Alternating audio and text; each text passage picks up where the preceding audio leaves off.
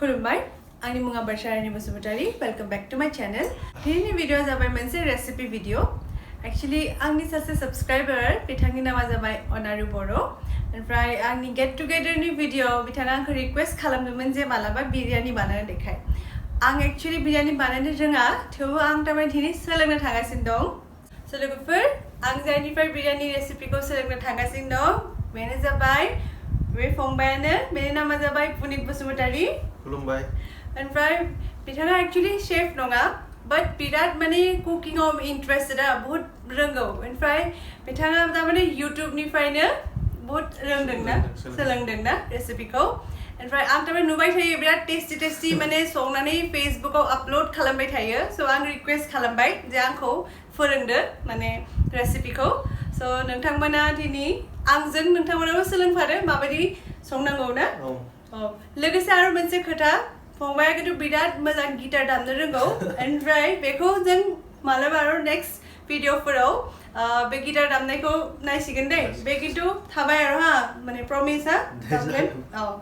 ओमफ्राय दिनै जों बिरियानिखौनो सोलोंनोसै स' होनबा थ'दो स्टार्ट खालामसै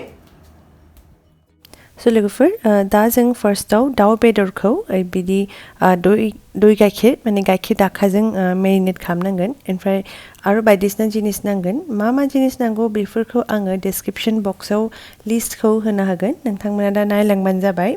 स' फार्स्टआव जों गाइखेर दाखा होबाय ओमफ्राय घिउ एसे होबाय ओमफ्राय दा हालदै एसे होबाय ओमफ्राय संख्रिबो होगोन स' नोंथांमोना नायलांबाय थादो बाखि डिटेल्सफोरखौ डिस्क्रिप्शन बक्सआव नोंथांमोना मिथिगोन So दा संख्रि एसे होबाय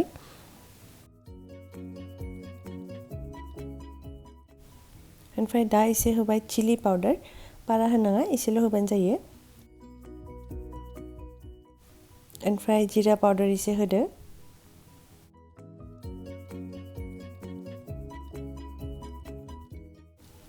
दा गरम मस्ला पेकेट मस्लाखौनो इउज खालामबाय गरम मस्ला पाउडार एसे होबाय ओमफ्राय काजि लेबु खावसे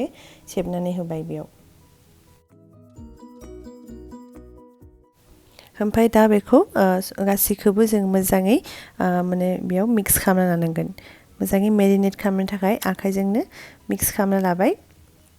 दसे इदि नानाय बायदि मिक्स खालामदो ओमफ्राय धनिया पाउडारखौ होनो बावदोंमोन स' एसे दुन्दिया पाउडारखौबो होनांगोन आरो मोजाङै बिदि मिक्स खालामना होबानो जाबाय ओमफ्राय दा जों बे मेरिनेट खालामनाय दाउखौ दसे फ्रिजाराव दोनगोन ओमफ्राय आधा ग्लास गाइखेराव केसर होनानै बेखौ मोजाङै मिक्स खालामनानै दसे दोनथ'नांगोन ओमफ्राय दा जों मिक्सार जाराव बिदि लं दालचिनि elaichi ओमफ्राय सामब्राम गुफुर हाइजें पुदिना एसे खेबसेनो जों बेखौ उनना लागोन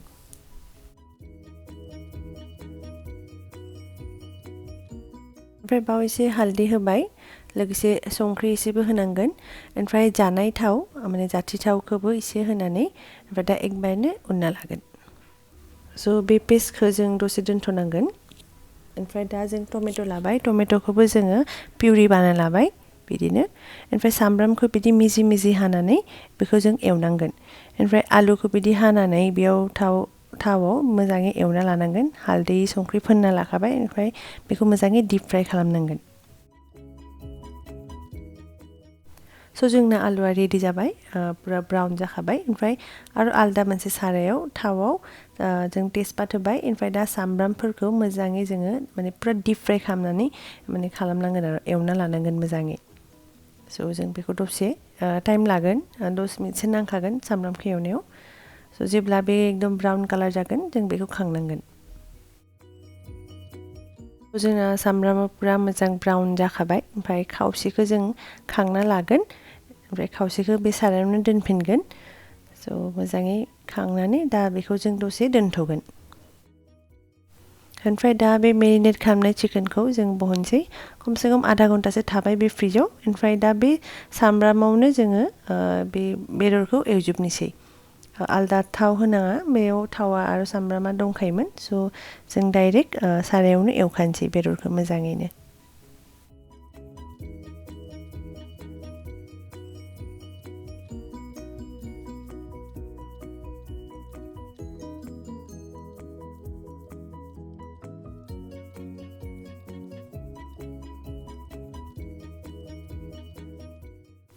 जों बेदरखौ दा खोबागारानो दसे एरबाय थानांगोन माने थाब थाब एरनानै फ्राय खालामग्रोनांगोन मोजाङै जाहाथे बेदरा मोजां फ्राय जायो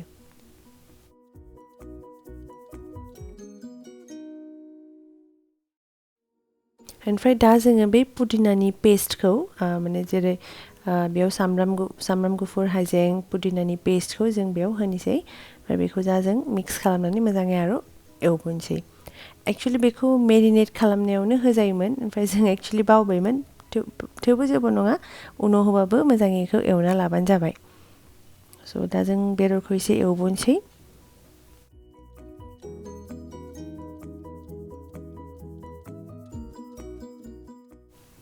थ' जोंना बेदरा मोजां फ्राय जागासिनो ओमफ्राय दा जों बेयाव ग्रिन चिल्ली पेस्ट एड खालामबाय थारमाने बानलु गोथांखौ पेस्ट खालामना लाबाय ओमफ्राय बेयाव एड खालामनानै एसे एरबावनोसै आरो दसे फ्राय खालामबावगोन ओमफ्राय दा जों बेयाव टमेट' पिउरि बानायनायखौ बेयाव होनोसै ओमफ्राय दा जों आरो बेखौ मोजाङै फ्राय खालामना लानांगोन दसे एवबोनोसै बेदरखौ ओमफ्राय दा जों बेयाव एसे दै होबाय ओमफ्राय बेयाव जों एवना दोननाय आलुखौ बेयाव होनोसै दा ओमफ्राय दसे बेखौ जोङो खोबना दोननांसिगोन स' जोंना बेदराबो मोजां फ्राय जाखाबाय थ' दा जों बेखौ दसे खोबना दोनबाय ओमफ्राय फारसेथिं गेसाव जोङो कुकाराव दै होबाय ओमफ्राय बेयाव एसे रिफाइन थाव होबाय लं दालचिनि इलाइचि लोगोसे जिरा गथा जिरा एसे होबाय ओमफ्राय दा बेखौ जोङो दसे गोदौनो होगोन ओमफ्राय संख्रिबो बेयावनो जों एड खालामबाय ओमफ्राय जेब्ला दैया पुरा बयल जाबाय ओमफ्राय दा बेयाव जोङो माइरंखौ होबाय बे माइरंखौ जोङो दसे सोमना दोनदों ओमफ्राय दा जेब्ला दैया बयल जाबाय पुरा बयल जानायाव माइरंखौ बेयाव होनानै जों ओंखाम बायदि संना लानांगोन ओमफ्राय बिथिं बेदराबो अलमस्ट दैया रानबानो जों बेखौ बन्द' खालामगोन स' दसे थाबोथों बियो स' जोंना बेदरा पुरा रेडि नै कालारा मोजां जाबाय ओमफ्राय दा फारसेथिं जोंना माइरङाबो मोनखाबाय ओंखामा थ' बेखौ जोङो बिदि खांनानै दोनबाय आलदा मोननै बासनाव दोनबाय स' लोगोफोर नै दा जोङो एकदम फाइनेल प्रसेस एकदम सब जाजोब्बाय दा बास बे हान्दियाव बेखौ सोनांसिगोन दा ज'नो नोंथांमोना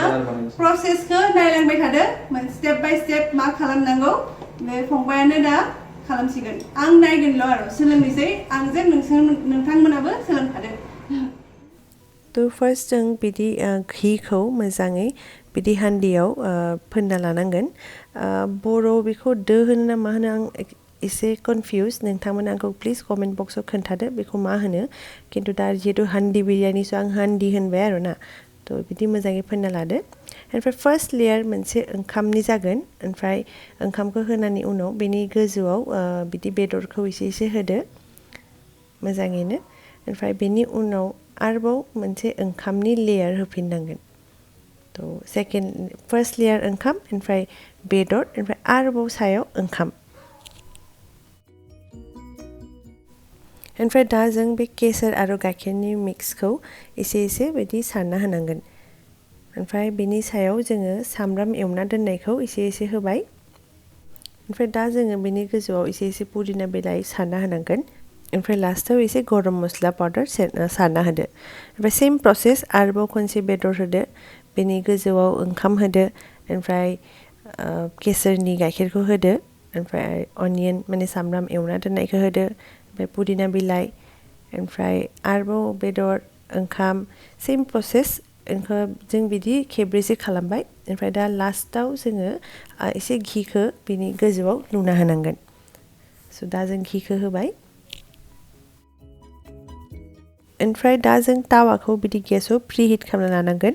स' लोगोफोर नै दा हान्दिखौ बेयाव बिदिनो बिदि होबाय आच्छा बे जेब्ला गुदुं जागोन सिलभार फइलजों बेखौ खोबनांगोन दा मोजां नुबाय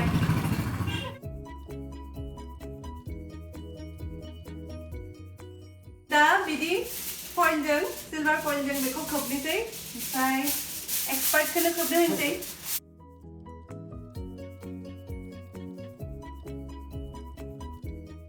सोरबा सोरबा आटा होयो जे आटा बजाय आटा आटा गैयाबा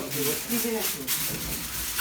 आं तारमाने आटाजों बिदि खालामनाय नुदोंमोन बेलेग भिडिअफोराव खिन्थु आटा गैयाबा फइलबो होजायो बिदिनो दा बिदि धाकोनजों ना बिदि खोबनानै फ्लेमखौ अरखौ माने एकदम ल' खालामना होनांसिगोन बिदि ल' खय मिनिट नांगोन 30 minutes. So 30 minutes नांगोन दा ओमफ्राय जानोसै माबायदि जायो नोंथांमोना माबायदि मोनदों प्रसेसखौ आंखौ कमेन्ट सेक्सनाव बुंहरदो जोंना 30 minutes जाबाय दा जों गेसखौ अफ खालामसै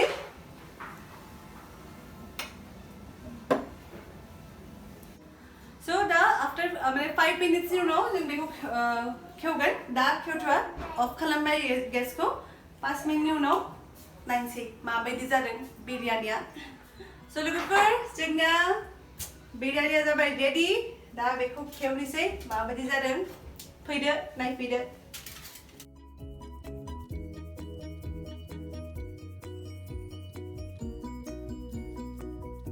दा बेखौ बे खोस्लिजों फंबाया एरना होगोन होनबासो माने मिक्स खालामना होगोन आरो ओमफ्राय नायदो नोंथांमोना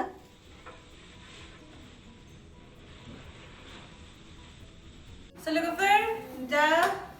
टेस्टनि टाइम टेस्ट खालामसै इसे रायताबो बानायबाय बेनि रेसिपिखौ आं बानायनानै देखायासै एकदम सिम्पल उनाव मालाबा खोन्थागोन दा आं रायताजोंनो जानोसै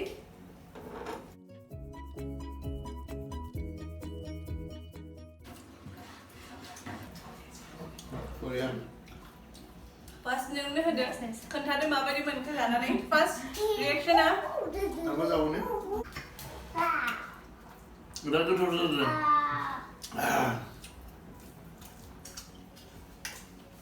आंथ' दा माने बुंनो हाला थाब थाब जानोसो लुगैबाय बिराद टेस्टि जादों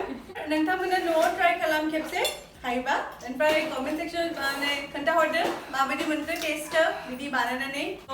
आसा खालामो नोंथांमोना भिडिअखौ मोजां मोनबाय दिनैनि भिडिअखौ बेयावनो फोजोबनोसै आं